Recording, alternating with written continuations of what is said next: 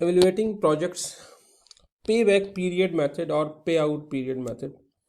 This is the last method which we are going to discuss in this topic of evaluating a project. Payback period method is also known as simple payout method, और इसके अंदर हमारा जो focus होता है वो project की profitability के ऊपर नहीं होता, बल्कि सिर्फ और सिर्फ उसकी लिक्विडिटी के ऊपर होता है।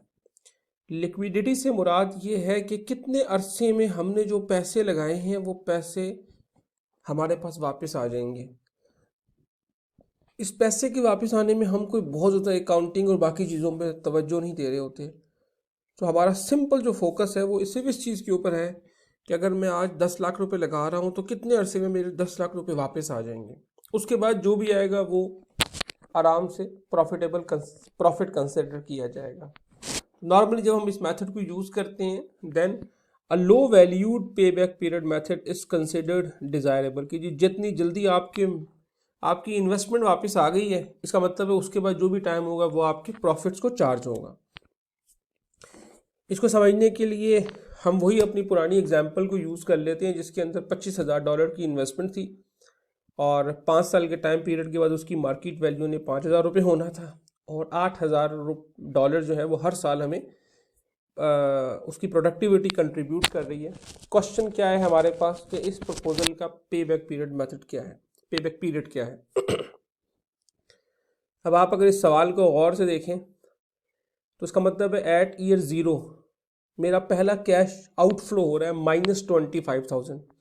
उसके बाद पहले साल मेरे पास $8,000 आएंगे, दूसरे साल फिर $8,000, तीसरे साल फिर 8,000, चौथे साल फिर 8,000 और फिफ्थ ईयर 8,000 प्लस $5,000 जो मेरे जो मैं जो इक्विपमेंट बेचूंगा उससे पैसे आएंगे मेरे पास, जिसको हम नॉर्मली साल्वेज वैल्यू भी कहते हैं।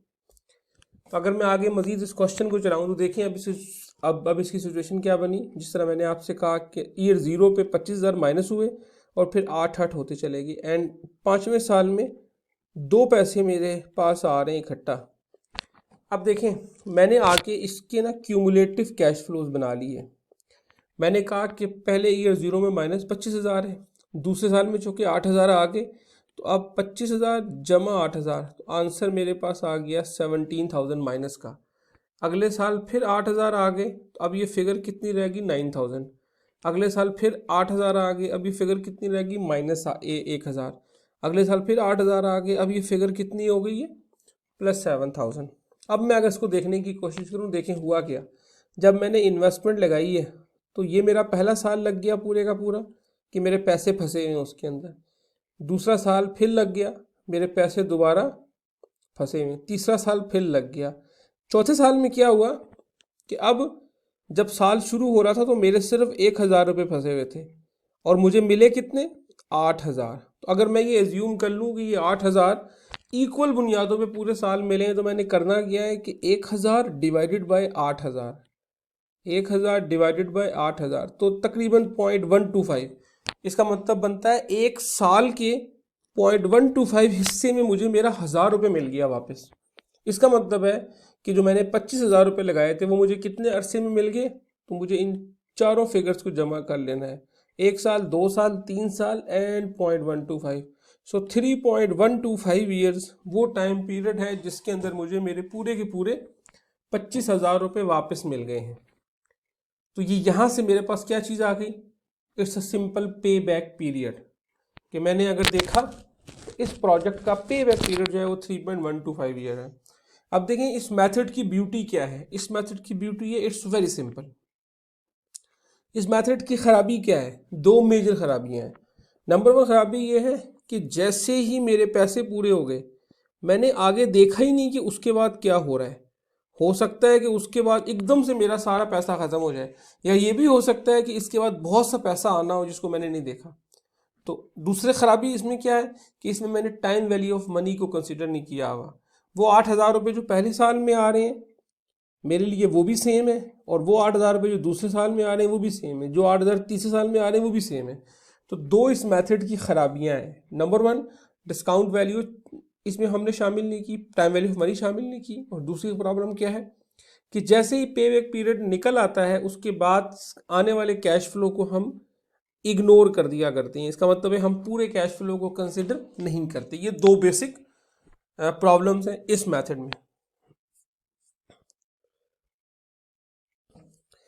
अच्छा जी, इस प्रॉब्लम्स को हल करने के लिए फिर लोगों ने पे बैक पीरियड मेथड को थोड़ा सा रिवाइज किया, और रिवाइज करके उन्होंने इसके अंदर एक बेसिक चीज़ डाल दी।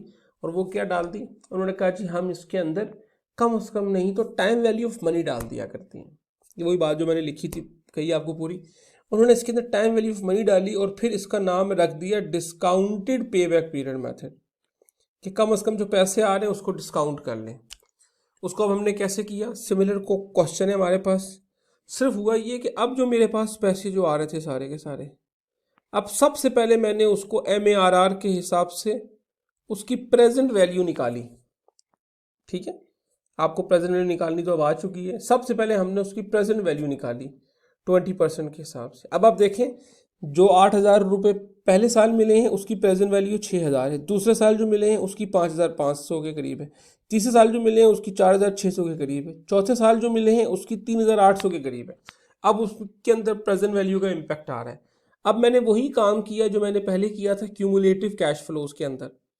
अब मैं देखता चला गया कि यार ये पैसे कब आ रहे हैं। तो पहले 25,000 हुए, फिर 25 में से मैंने इसको जब जमा किया तो ये पैसे आ गए, फिर इसको मैंने इसमें जमा किया तो ये पैसे आ गए, फिर इसके अंदर मैंने इसको जमा किया तो ये आ गए, इसको किया तो ये आ गए और ये आ गए।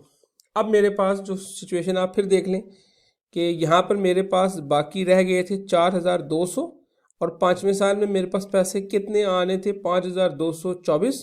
तो इन दोनों को डिवाइड किया तो मेरे पास 0.82 की फिगर आ गई, 10.82। इस तरीके से अब मेरा जो जो पे बैक पीरियड मेथड बना, डिस्काउंटेड पे बैक पीरियड, वो बना 4.82 ईयर्स। इसका मतलब है कि अगर मैं उसको डिस्काउंटेड के हिसाब से ना लगाऊं तो वो 3.125 की फिगर नज़र आएगी। लेकिन अगर मैं उसके अंदर कैश फ्लो का डिस्काउंटिंग इम्पैक्ट डाल दूं, शामिल कर दूं, तो फिर मुझे ये पता चलेगा कि मेरे पास जो पे बैक पीरियड है डिस्काउंटेड वो अप्रॉक्सीमेटली 4.82 ईयर्स आ रहा है। पे बैक पीरियड मेथड में कुछ पॉइंट बड़े इंपॉर्टेंट नोट करने वाले हैं। ये पे बैक पीरियड मेथड जो है ये हमें सिर्फ ये बताता है कि कितना टाइम लगेगा। इसलिए जब रिस्क के तौर पर इसको मेजर किया जाए तो बहुत ज़्यादा फैसला इसकी बुनियाद पर नहीं होना चाहिए। ठीक है, आपको डिस्काउंटेड पे बैक पीरियड की मेथड के साथ और किसी मेथड को शामिल कर लेना चाहिए। ठीक है, ताकि बेहतर तरीके से आप इस सिचुएशन को समझ सकें। Otherwise it's a very very simple method. तो ये बड़े आराम से आपको एक आइडिया बताता है कि जी कितने अरसे में आपका इन्वेस्टेड कैपिटल रिकवर हो जाएगा, how quickly invested capital will be recovered. Thank you guys.